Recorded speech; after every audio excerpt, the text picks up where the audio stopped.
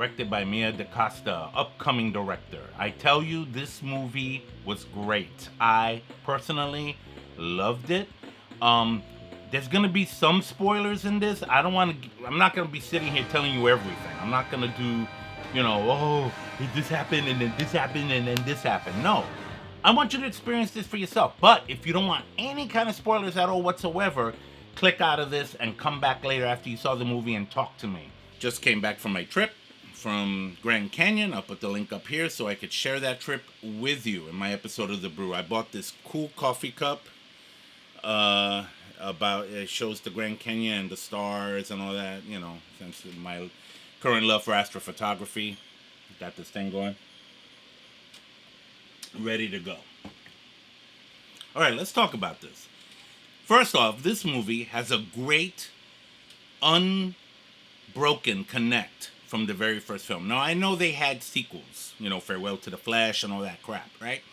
But this movie ignores all of the sequels. I think there were 3 of them, maybe more. I don't know. I never saw them, but it's kind of good that I didn't, because I can really see it from the perspective of the very first film that I saw back in 1992. Here's the deal. It traces back to our time, right? And there's a young artist trying to get his name up there. His girlfriend is trying to hook him up in the art galleries to get his work out there so he could become a famous artist. But he becomes interested in the legend of Candyman, and then as soon as it keeps going, as soon as he gets more interested in it, he starts getting sucked more into the vortex, so to speak, of Candyman land. Let me tell you, people start dying. People start saying his name 5 times in the mirror, and after 30 years, he comes back. It's been almost 30 years, okay? And he comes back. He really does. What I liked about this film is that it made the history of Candyman more complex. Initially, when I was in the beginning of the movie, it's a little bit of a burn there, a slow one, but it's not that slow. I remember saying to myself, wait a minute, did they just change the origin story of the Candyman? Because if they did, they just screwed it. They just lost me for good on this. That's how I felt initially.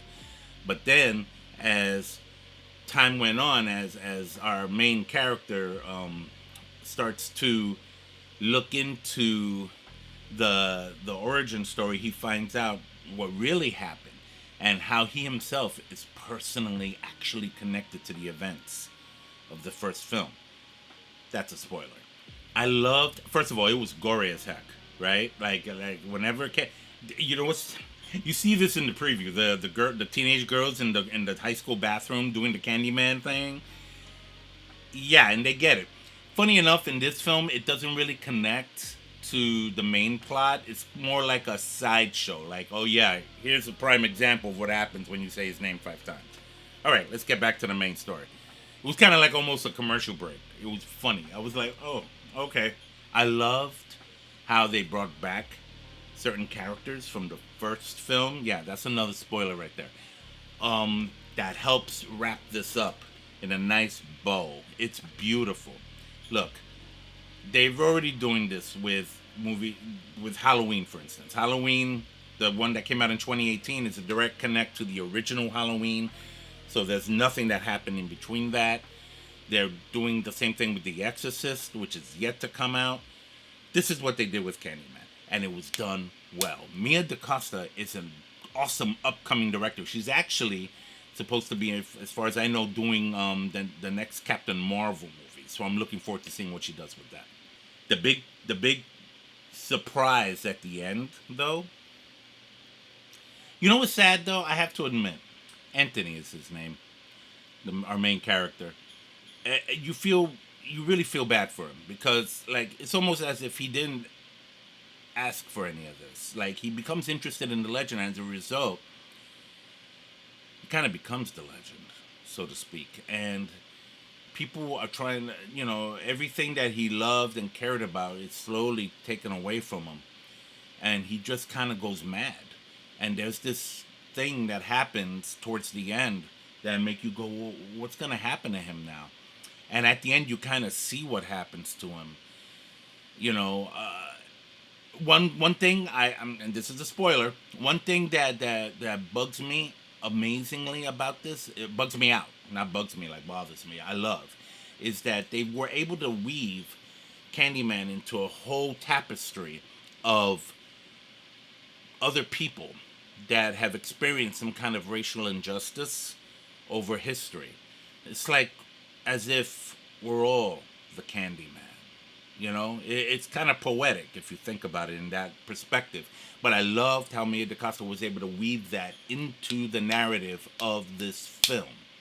And I ended up appreciating it more as a result. I'll give you an example. At the end of the film, when you see the credits rolling, you see and you see this throughout the film though. There are these images, like a puppet kind of like artsy kind of thing. I don't know what to call that kind of art, but it's showing. I recognized a few things in that as the credits were rolling, actual things that happened to African American people throughout history, especially in the early 20th century. For instance, there's an example of you see a kid, in an electric chair. That's the case of Emmett Hill, if you want to look up that story. And I think that's where the weaving comes in, where Candyman is truly the writing on the wall. I'm not going to imitate his voice because it'll crack, but he is truly the writing on the wall, the expression of the horrors and real atrocities committed against minorities here in America. I mean, these sins stink up to high heaven. And Candyman, as a horror icon, has become a great signpost. The symbol, if you will, the writing on the wall, truly, of the evil committed against our brothers and sisters throughout history. Make no doubt, Candyman is up there now, as far as I'm concerned, with Freddy Krueger, Michael Myers, Jason. I'm going to get a Candyman pop figure or something. I'm going to see if I can put it up here, because I love Candyman. The only difference with him, though, is that where the evil of the other characters in horror come from themselves, the true horror of racism, oppression, the true horror and evil of Candyman comes from us, comes from the human condition, okay? Of our fear of the unknown, of our fear of our brothers and sisters, of our fear of what happens when worlds collide and there is no tolerance, and when there is no love there, just nothing but hate. And hate just breeds more hate. And there's nothing more horrible than hate, aside from indifference, I would suppose.